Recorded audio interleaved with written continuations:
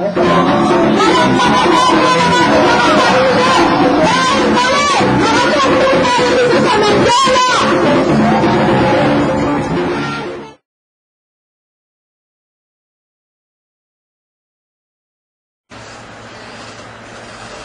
dumating dito I came to Mindiola in 1950, December. I think it was my birthday.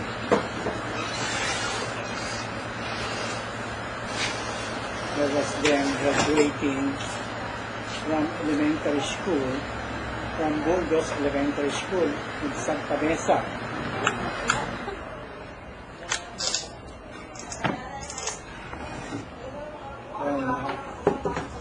Elementary, right. Tapos, I enrolled in San Beda for my first year high school until I graduated in 1954.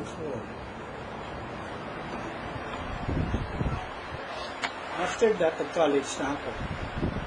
At Beda pa rin, where I took BS Management. Tapos, when the time I came to Mindiola in 1950, itong kalye namin na Concepcion Aguila was a dead-end street at the end of 5th Street. Dead-end. At meron diyang nakasurface na malaking tubo ng tubig na tawag yung araw sa tubig, Metropolitan Water District. Hindi pa nawasa, Metropolitan, active lang naging dito pa. Service. At itong mga kali dito ay nakasurface yung tubong malaki galing sa tabesa yan. Yung iba nga niya, nandun pa sa trabaho na yun, nakalitaw pa. Malaki yan. I don't know, anong diameter yun. Siya nagsusupply ng tubig sa Manila, dito ba na. Tapos sa kali dyan, was a dead-end street na single lane na tawagin parang dirt road, hindi pa asphalted.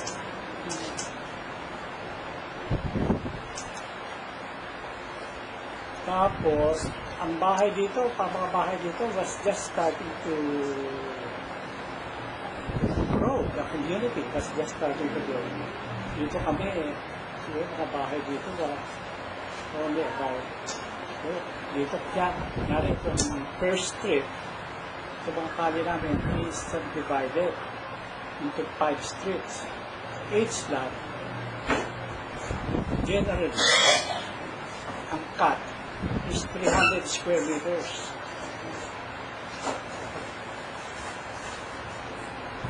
At ang pangalan ng kali, hindi Concepcion Aguila. Tuberias. Spanish yan. Or pipeline. Or kali ng tubo. Yun. Ganon. Tapos, labas tayo sa Mindiola.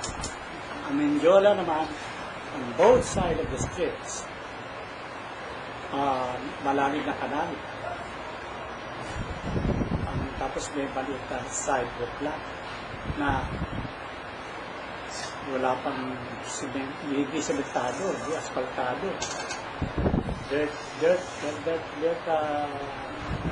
Parang dirt road, dirt sidewalk. At on both sides of the street of Mindiola, it is planted 2 sampalok trees, big sampalok trees.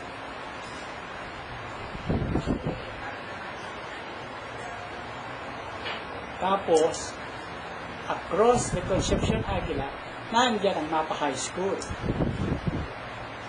Tumbo ng Tuberias Street, ang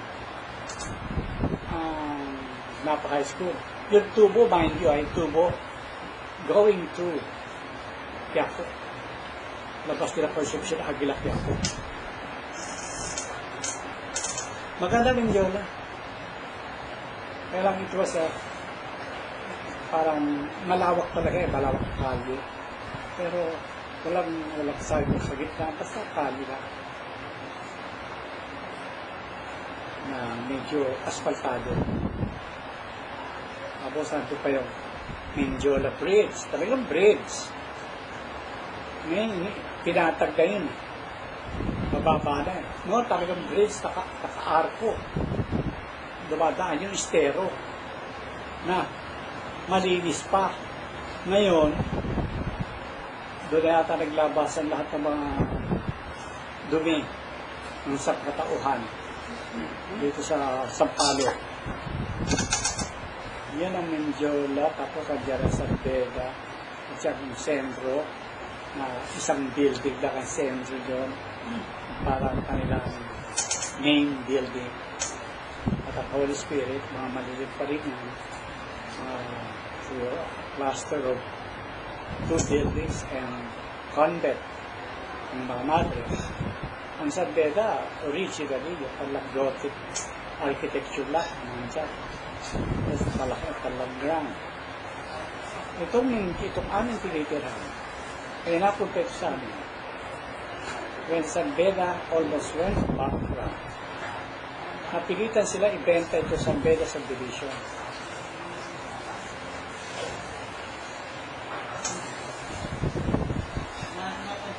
Eventually, ang mga tiyahin ko, nabalitaan ko, kaya nakabili kami ng lupa dito. Ang auntie ko, na nagtuturo sa mga pa, and she's a UP graduate,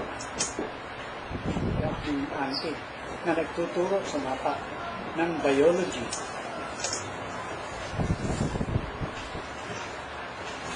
Siya ay, ang merong only house in Mindiola. She has the only house na nakatayo sa Mindiola. Tapat na tapat ang mapa.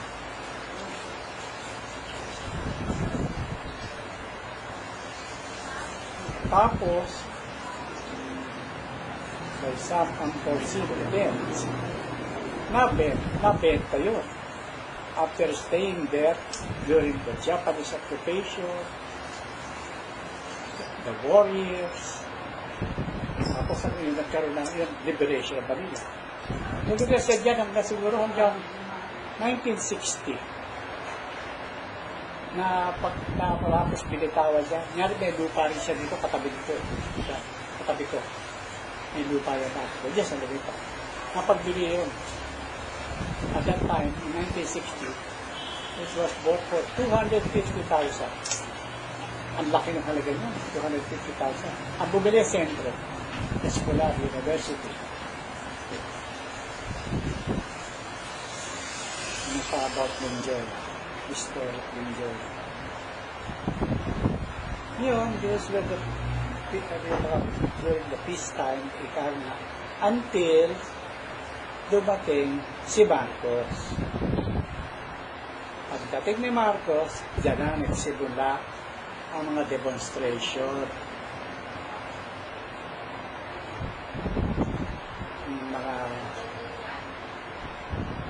At saka wala pa traffic nyon, ha? Walang traffic. Ang luwag.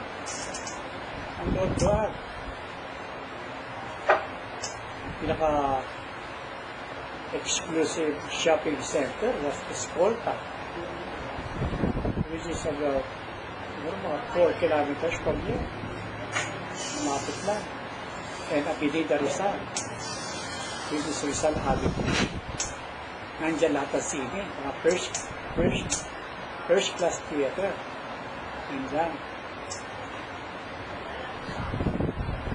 Yan namang Recto, which was Azcarga before, Azcarga Street, renamed later to Claro M. Recto Street. Azcarga, A-Z-C-A-R-R-A-G-A, Azcarga. Yan, napalitan na pangalan Azcarga, Spanish yun. Yan ang tanang Recto. Pero yung mga Legarda, original yan. Legarda na matagal yan. kami ay namimili ang aming goods and pagkain diyan sa Sampaloc Market at Bustillos. Wala pang supermarket yun.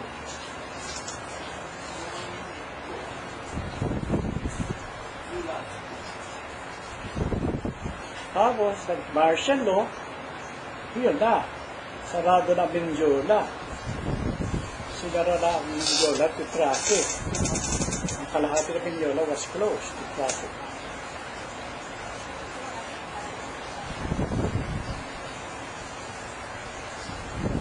Magulong yung araw, tapos nag-martial law, nagkakaroon natin ng restriction,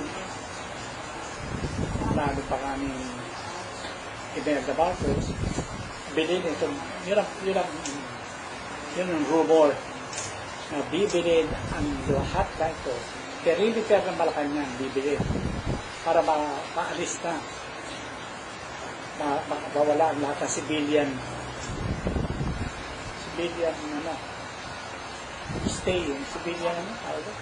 community para maging para part of Malacanang na hindi naman natuloy.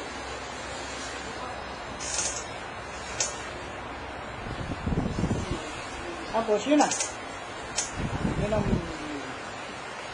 history ng Mindoro. Tigil na akong martial law. Tapos yung pagkaroon ng EDSA in 1986, na normal na, back to normal. Tapos parang unti-unti naging progressive ang Benjola. Tapos dito naman sa amin, dumami ang dati, para ang housing dito ng mga estudyante, mga residential residential.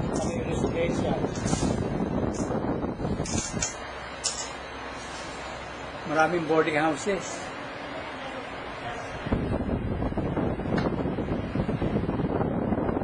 Except for a few na hindi naman nagka-convert ang bahay.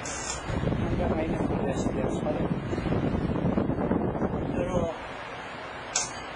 maraming bahay dito na ipagbili na rin sa mga Chinese. Na ngayon natin mga buildings. High-rise.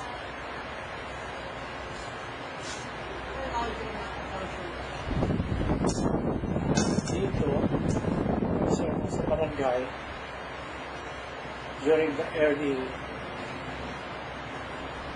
formative years of the barangay, I was pioneer ako ng barangay. Kami ng regional officials ng barangay. I served for 2 terms as kagawad, as barangay council. Ngayon, pagawad din. Ngayon, nanalo ko. Fortunately, this year, as pagawad.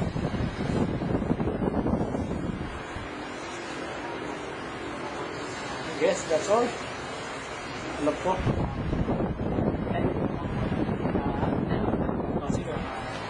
Before po kayo lumipat dito po sa Mendiola, saan po galing yung family po? Kami, during the war years, sila kami sa San Mateo Rizal. Bahay namin doon sa San Mateo, where my parents are staying. Tapos, sa San Mateo. Tapos yung nag-yera na, yung nag-ano na, dapat na merkado. San Mateo. Lalo, our house was bombarded. San Mateo was bombed. The whole town was destroyed. Kaya napilitan kami pag-evacuate. Dumaan kami sa backyard. Bata sa pagpasamin. Hindi nakarating kami sa Manila. Tapos tumila kami sa Santa Mesa Boulevard. Kami nag-rent sa Antina. Nag-rent kami ng 2 rooms where we stayed until 1950. Ginawa itong bahay namin dito. Pero pinarenta muna namin. Hindi muna kami ito. kaya sa Rehabilitation Finance Corporation, patawagan yan. Yan ang nagbigay ng pera para nila pinagbilay sa amin ng Amerika kapag sila ang patawagan yan. RFC, Rehabilitation Finance Corporation. United dito may katabi dito. Yeah. Yung nabanggit niyo kanina yung tita niyo. Oh. Opo. Mas nauna po siyang lumipat dito. Hindi. Kami na una. Nauna po kayo. Hindi, Paano? nalipat siya dito, nalapit bahay niya sa Bidyola. 1960. Ito lahat ito. Magpupuso na bahay. Auntie ko, dalawang auntie ko, dalawang sister sa nanay ko. Kami, doon sa dulo. Paano po naisipan ng parents niyo po na dito? Well, nga, sa auntie ko, Oo. because she was staying in Bidyola, she came to know about the subdivision being sold. Kaya natipak kami. Kaya lahat ng magkakapatid mo, medyo, hindi ko 300 square meters. Nabanggit niyo po kanina yung bago po ng time ni Marcos. Pwede po bang ma-describe niyo po yung, kasi po yung, di ba, before po ng time ni Marcos, ano po yung itsura nung dyan sa Malacanang? Is it open? To the Open. public? Of course. Opo. Open. Makakapasok ka sa loob. Makakapamasyal ka. Walang gwardiya. Ang gwardiya lang sa gate na Malacanang. Pero walang mga sentry, bawat corner. Wala, talagang free. Walang mararamdaman mo. Walang inhibitions. Namamasyal po kayo dati? Oo. Oo. Ano sa amin sila? Biberieta kami sa kantin na pala. Ano, may kantin sila rin. Nag-serve sila ng merienda. Wala pa St. Jude. Wala pa po. Dumating na St. Jude. Ano ba? Dumating St. Jude. Ano, 50 years ako St. Jude. Ngayon ay 2008. Pero dumating na St. Jude pa kami. 50 years ago.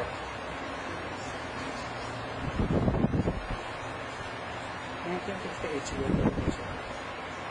St. Jude. Tapos kailan niyo po natatandaan na nagsara yung, or nagkaroon ng guards? Martial. Yung martial. Oo. Marami maraming restriction na impose. Yung dito po sa community, ano po yung mga, ano na yun?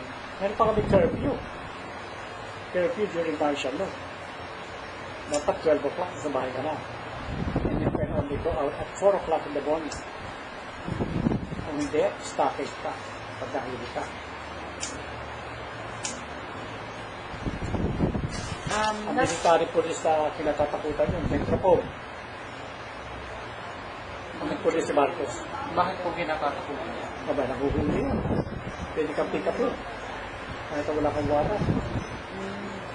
Hindi pa mga warrantless arrest. Nagaganap po. Ha? Nagaganap po. Oo. May mga kakilala po kayong na-subject po sa Meron. Pisa ko nga. Si Renato Constantino.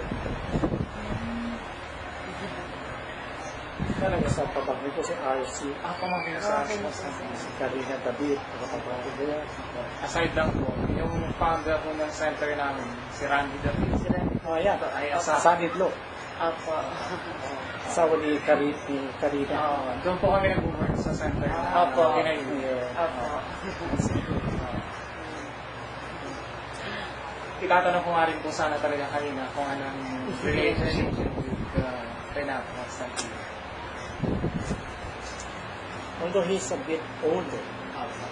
Kaya hindi ko rin masyado nagkatik. Bata ako din sa amin. Kikita lang kami pagkakaroon ng reunion. May binanggit ko ngayong interesting kanina. Yung sabi mo, may rumor na bibilhin ang lahat ng lugar. Yes. Oh. Kanina po ninyo nalaman. Ay, it's all out na balita. Very strong. Anong naging reaction po ng mga tao? Medyo takot namin. Sabi lang ako, ganda na rin lugar. Sa itong lugar namin. Itong lugar namin nasa sentro. In the center of Manila. Mawalan pa ng sasakyan. You can always walk. Hindi ka kailangan mag-kotse. Malapit sa lahat. Nung elementary po kayo and high school in this area, nakikita niyo po ba yung mga presidente na nag-occupy ng Malacanang? Yes, nakikita ko si Magsaysay, nakikita ko si Quirino, Presidente Quirino, President Manuel Rojas, President Marcos, Cory, si Gloria, lahat nakita ko, except for Osmeña, I don't remember Osmeña dahil para short trip lang ang kanyang step as president. Ano po yung instances na nakita niyo? Ano po yung occasion? Sakay sa kotse, sakay sa Cadillac. Sino pong Ang hagad eh, dalawa lang. Walang backup. Sino po ito? President Rojas, President Magsaysay. Meron po bang time na naglalakad po sila? May mga ganun po ba? Pag nagpupunta sila sa beda, nagsisimba. Minsan nagsisimba dito. Si Cory, nagsisimba sa beda niya. Si Imelda Marcos, nagsisimba sa beda. Si Imelda Marcos, nagsisimba sa San Miguel. Dito. So yun lang po ba yung pagkakataon na nakikipag-interact sila sa outside? Or yun lang yung pagkakataon na nakikita nila? Nag-interact din naman sila. Sa Bebeta. Pag July 4th. Pero dito po, Yung dito po sa community. yung pupunta talaga Ay, sila sa hindi. community. Hindi. I don't remember an instance na nagpasyal sila dito sa atin. Nari, naglakad sa Benjola. Ano wala? Doon po sa mga presidente niyo, sabi niyo po kanina, like yung iba walang bodyguard, kaya yung bodyguard. Kanino niyo po nare-record na nagkaroon ng mga close insecurity, kayo pa yung Ronnie Marcos. Si Marcos lang po. Si Cory. Si Ramos. Gloria. Pero during the time of Rojas, Pirino, wala. Wala yan. Wala ka na. May dalawang hagat lang yan. Yan ang pinakamarami, apat. Pero hindi nagpapatabi ng traffic. Wala. Pero first is yung traffic. Hindi Wala masyado. po traffic dito dati. kailan po sinimulang ayusin, gawing concrete yung Yola? Gilid po niya. Yung Yola is part of not just the concrete, it's asphalt. Asphalt. Kailan po na Siguro, I remember, ginagawa na yan when I was in high school. Mga 1954. Nung arko pa pa. Kinongkrete na yung sidewalk. Pero yung arco, ang daan-dado, 1960 ba, parang yung nag-demonstration na dyan, parang wala ng Mindiola Bridge. Patag na yun, may patag na. Siguro, mga 1954, high school ako. That was the last. I don't remember much, I'm not sure. Pero palagay ko. Ngayon high school, natatanda ko. Pag nanonood kami ng NCAA, isa pag sa out of despair, sabi ko tabi, magkalakot kami, Provincial Memorial, Provincial Beto. Sabi sa ano, lalo na pagkatala ko ng Akidea. Nakita doon kami. Ayun, gano'n. So, Tatanda ko, tatanda kami sa Benjola. Ay! Tapos tatanawin namin sa Benjola, paano tayo? Ayan, palagay ko 1950 po, nakatayo na yung bridge. Yung bakod po ng San Pedro at saka yung mga schools po around, ganyan na po kataas yan noong 1950s. Mababa pa. Mababa po. Ngayon na talaga medyo kinibayan eh. Ah. Seto, parang basyo ba seto? Nanganap ang building. Kaya cluster buildings sa seto.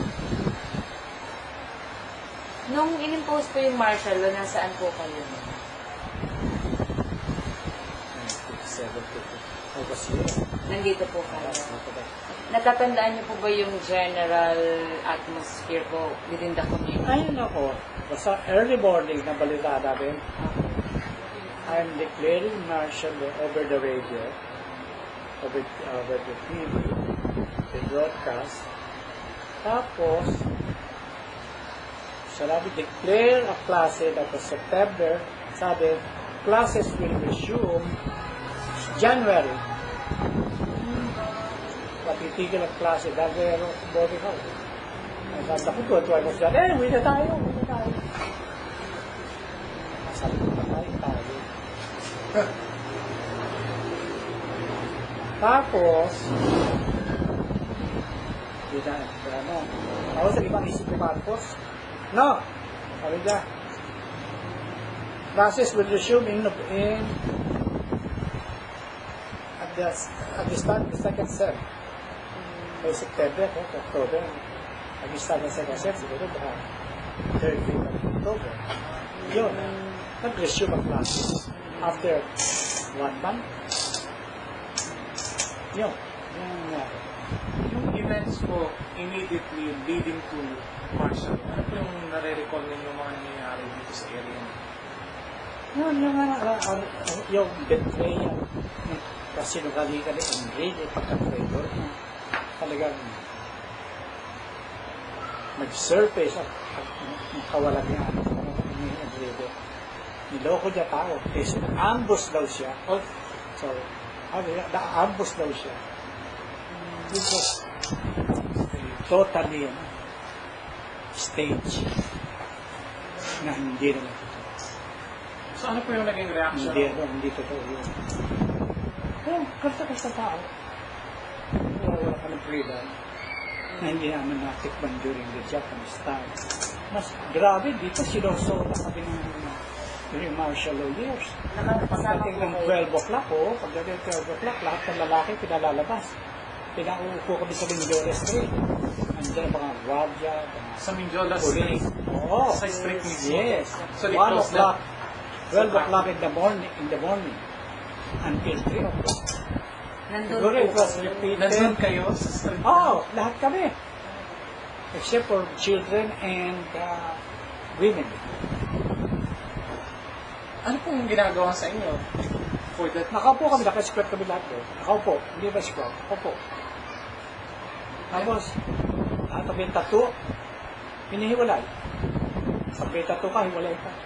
Naka ngayon, pag sila nagbulo, napataw yata, may tattoo. So, hiniwalay po yung may tattoo, then ano po nangyayari sa inyo? Wala, parang ano. Pero doon lang kayo? Parang insulto nga eh. Ano po yung... Sabi ko, 19 during the Japanese time, I was 1935 ako pinanganak ako. I was 7 years old. I was 6 years old. Hindi ko na-experience yung kalupitan nga. Only during the martial law years. Hindi ko nakakagigid eh. Nagmumula po kayo nung... Yung bang nagre-rebelde ka from yung within. nararamdaman. Oo. Ito compare namin eh. Kami mga war children. Pagkaman. Ako na arrested ko rin. May sentry, medyo tatanda, pag may bisita ka sa tiyaraan. You have to bow before the sentry. Kung hindi ka babaw, bat ng kanlang barin. Ilang marami po bang nagagwardiya sa inyo? Ba isang army, platoon o batalyon? Talagang, mga lalaki, bumaba kayo, pero lang babae at bata. May nagana? Nagbabahay-bahay po. Bahay-bahay. Bumaba na kayo, punta kayo lahat sa Mindoro. Ang una, alas 12, hindi lang ginawa yung once. It was repeated. I think, siguro thrice. Wala, ano pong reason na binibigay sa inyo? Wala. Just to check. Baka may mga intruder. Just, walang reason, walang... Yeah. Yan ang right reason nila. things. They're checking your house. Nagsisearch sila dito sa bahay. May instance po ba na meron talagang intruder na sinasabi nila na nakapasok dito? Or... Dapat ano ako. Ito sinasabi ko talaga lang. Wala dito. Ano ba itong Mindiola? Kahit ang ano yun. Ewan ko. Yung mga estudyante dito parang ano, passive. Hindi active. Catholic, Veda, Centro, Consolation. Hindi ka mga ibang Catholic schools na active. Pero ito parang pain. Ay, nakabit mo sa mga kapatid. Particularly the rebellion. Dapat koto sa mga administrasyon. Was there ever an instance po na sumali kayo sa mga rally, sa demonstration? Oo. Sumali ako ng EDSA. Ng EDSA. Which EDSA po ito? EDSA 1. The first EDSA. I was there from the early mornings, from midnight, ito kami sa highway, EDSA, hanggang Estrado, mag-join ako. Napunta po kayo pabalik dito. Oo. Meron naman ako sasakyan. Pero hindi kami nagkakal. Paparada lang namin. Minsan punta kami sa Cubao. Nalakad kami doon sa Cubao, EDSA. Papunta ng Makati. Yung mga rally po dito sa Mendiola, nag-participate po, may nasalihan po ba kayo? Hindi na ako naglalabas nun. Bakit po nag-alis? In the first place, parang minsan yun. Halos pare-pareho na lang ang reklamo. Sawa rin ako. Nagsawa po kayo. Ano po ang usual na naririnig niyo? Palitan, tama na, sobre na. Yun naman. Ngayon, ako anyway, kahit ako hindi active, pero, ganito ako tiglo. Lalo ang pagnanakaw nila. Ginagawa ng pagnanakaw sa bayan. Maling-maling ka na. Sobre na talaga. Ako talagang non-conformist ako. Kahit ang mga mayor. Hindi ko gusto ginawa ni Kiesa. Like Sidara niya, Mapili Garizal, ginawa ng parke. Sino nagpunta? Hindi mga puta at mga puto. Gumami. Tapos, nagtataka ko sa kay Kiesa. Bakit dito ako? Bilib ako kay Bayani Fernando. Dahil ako nagpupunta sa Marikina. Dahil meron akong rest house sa Tutorio. At saka tagasang bato. Nagsita ko, ang linis-linis ng sidewalk. Maraming hindi nakakalam na taga-Maynila na. Ang linis-linis ng sidewalk. Wala akong nakikita litter or trash sa mga kalye. Napakaganda na Marikina. At ang mga bahay nakaset ba? Wala akong makikita sa sasakyan na nakabara o nakapark along the streets. Lahat nakasampa. Meron silang parking. Tayo dito, nagtayo ng building yan. Ang katok niya. Building yan. Pinayo. Commercial. May mga rumerenta. Ang mga stores, food gallery. Yung mga may-ari, ano bang ginawang parking? First Street. Puno-puno kaming sakyan. Hindi nag-set back.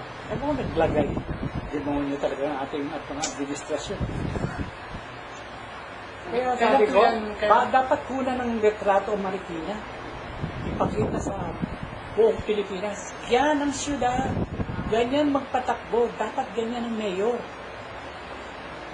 Ang mga mayor sa atin, wala sa kalinisan. Ang ilog na sila, ang linis. Dito sa atin, ang ilog, ano sinasabi, anong loka ni Atienza?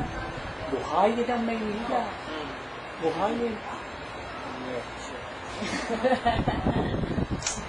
Naka-record eh.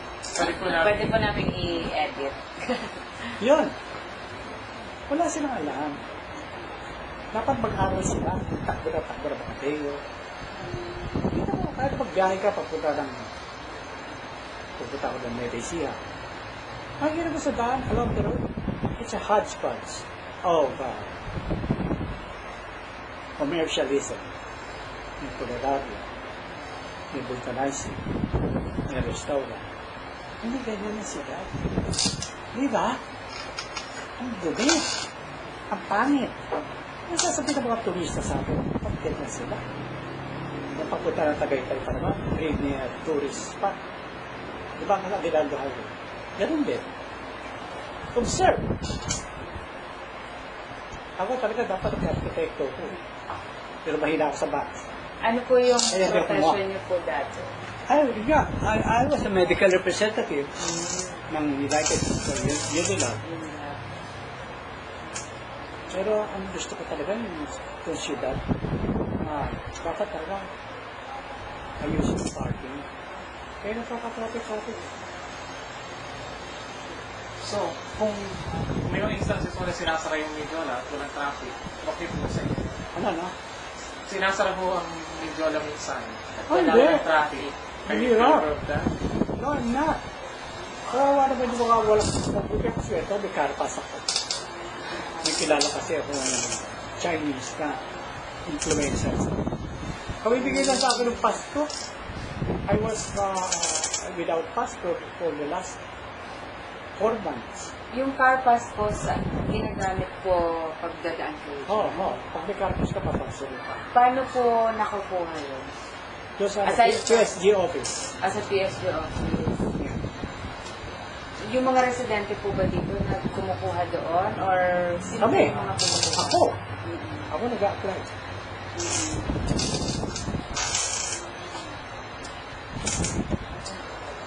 Ano po Yan yung, ang paratingin nyo. ano po yung usual reason kung bakit sinasara nyo? Security ko, no? Security para kay... Ano pong tingin niyo sa kasarasan na yun? Ano po yung Security para sa pamilya ni Arroy. Makapasok ang mga demonstrators, makalusot. Ano po yung opinion niyo doon na Mindiola is actually a place where these rallies take place, na parang pag sinabi Ito naman yun eh. Kaya nga, si Chino Roses offered his life for the masses, for the demonstration in the streets. Bakit sasulungan tinila? Kasi mantaran yung araw, pinapayagan niya. Yung araw, nakapasok ng demonstration hanggang dito sa halap ng Holy Spirit. Kailan pong Ngayon, time? hindi na. Kailan pong time? Yun yung time ng Marcos. Kahit nung time po ni Marcos, Oo, kahit hindi. malipit. Mas mahigpit kayo. Parang ni Marcos nakapasok ang demonstration sa Mindiola. At yung yung sinugod sa Estrada, sa Malacanang. Yan, kasama si Dolo. Nakapasok sa Mindiola. 3 o'clock in the morning, mamarch sila dito. Tapos nagkaroon ng exchange of fire. Kala namin, gera na. Nandito ko ba rin, no? Pag sa mga ganong instances po, paano po nagre-react yung, kayo po, yung community, kapag may mga ganong... Parang nasanay na rin. Nasanay na.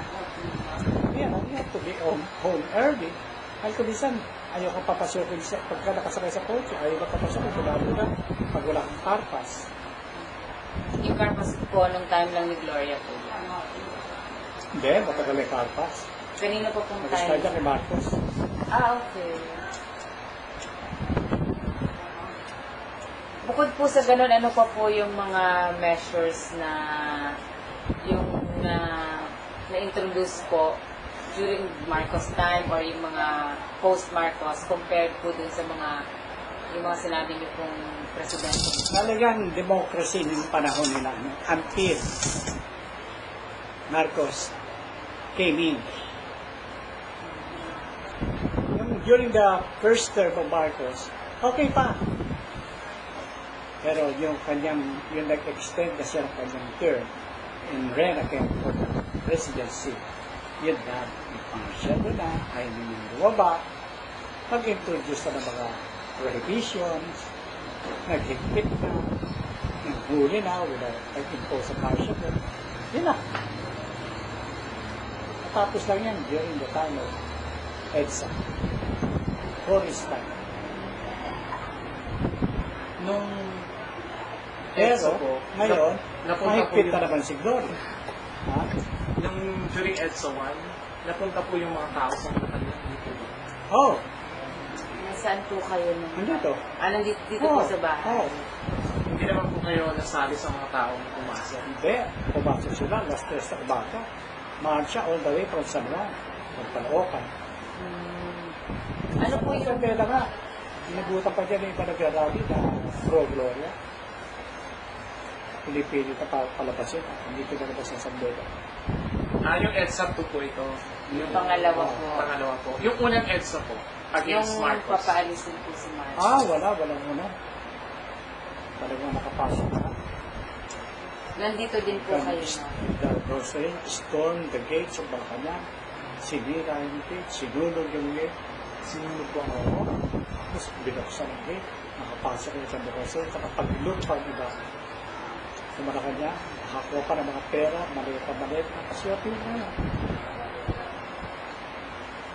Ganon. And then, Marami na kwento sa inyo.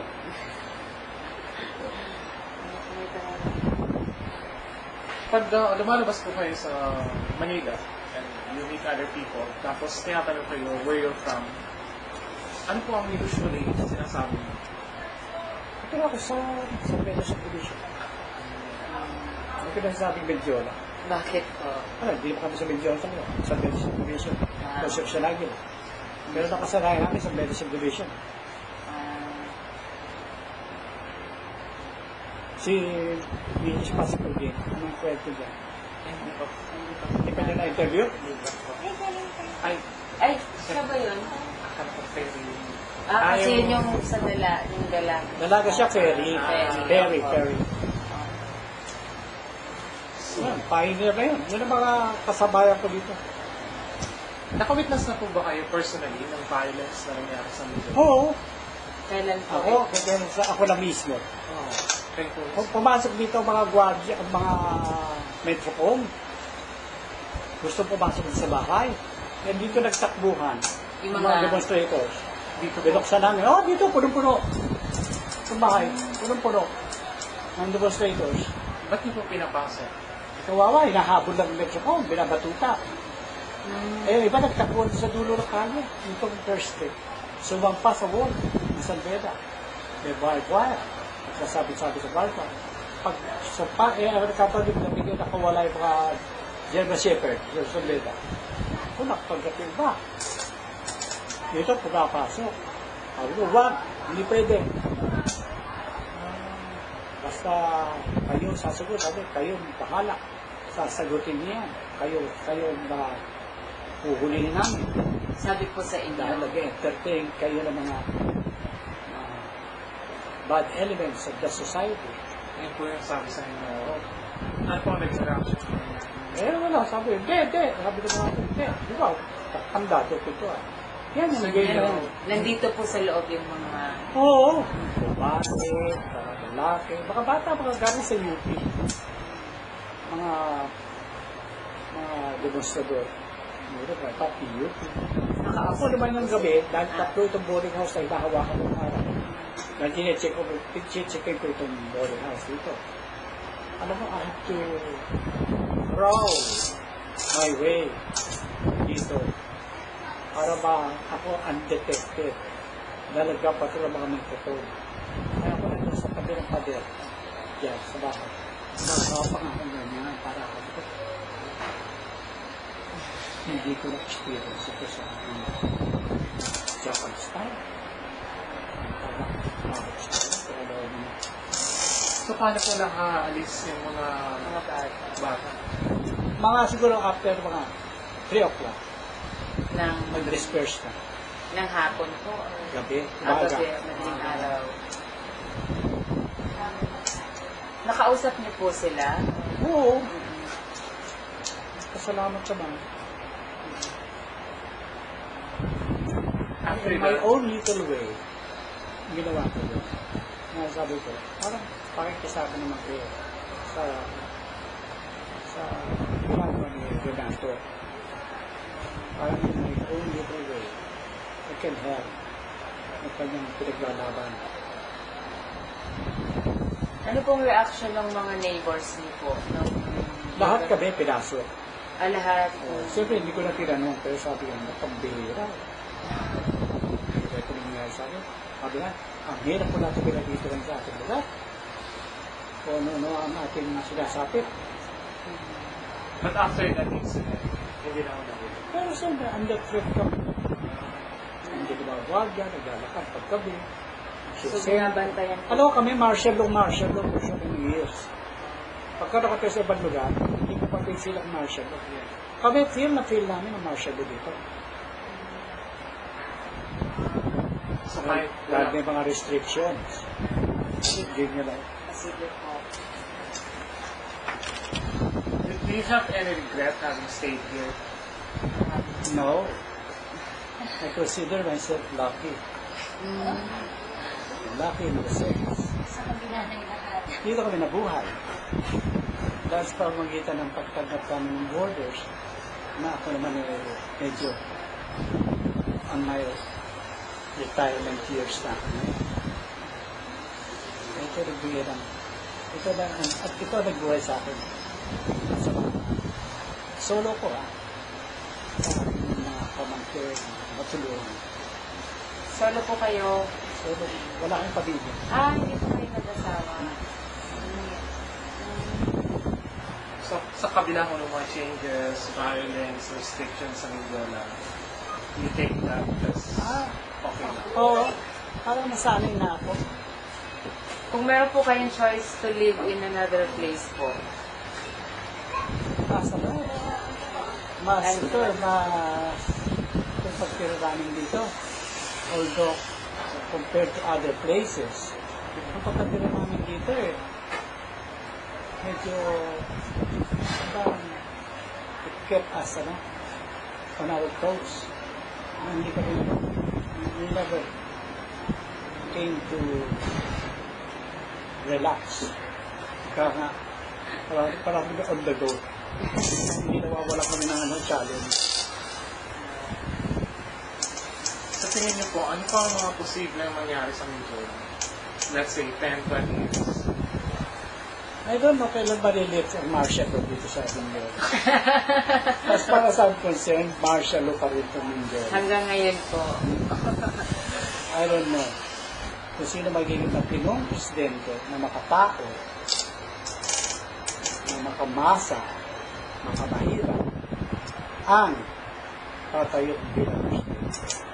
Pero hanggang itong mga tao ko na magkakampi sa pagkamaka ang nangyayari ngayon, I don't believe so na magbabago ito ang Mindoro. Ganito pa rin siya.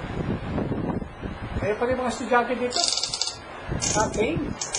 Parang hindi nag-react. Kinakausap niyo po sila. Oo, yung mga nakatira dito, yung mga nandyan. Ayun, ba't hindi sila sa demonstration? Ay, doon kayo Lasala. Ba't wala kayo? Andara Ateneo, andara UP, andara Lasala, andara USA. Kayo wala. One of the top law schools. Ano bang sinasabi niyo? They're just relying on batas daw ay batas. Yun. Ewan ko, that's very vague. So, para sa akin, take your stand. Yeah. Even po immediately sa Mindoro, ano yung tingin niyo kailangan mo? Ang mga estudyante. Yeah, when it comes to cleanliness, ako dito sa amin first step, takot ang dumi, litter bags, litura, sigarilyo, ito. Wala ka disiplina. Yung mga cups nila, dito sa mga baklo, patapos sa side of our coach nila. Kaya, marami dito sa barangay. Pero wala kami resources. Hindi dumarating. Ang kadatungan.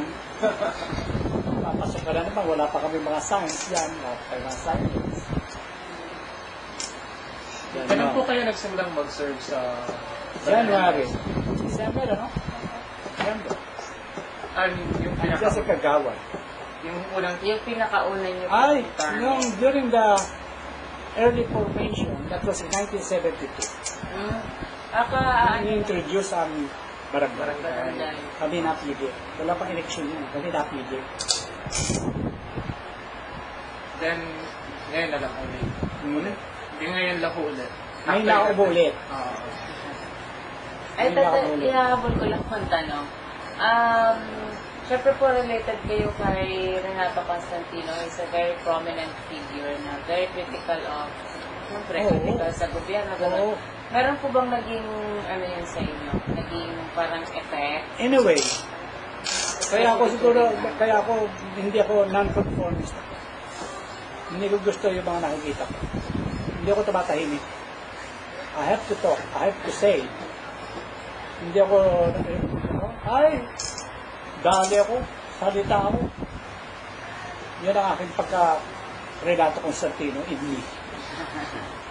Or kahit I have anong to say time it. ng martial law, parang hindi kaya... Ganito rin ako magsalita during martial law. Pero siyempre, ingat ako sino mga kaharap ko. Anytime, pwede kang arresto.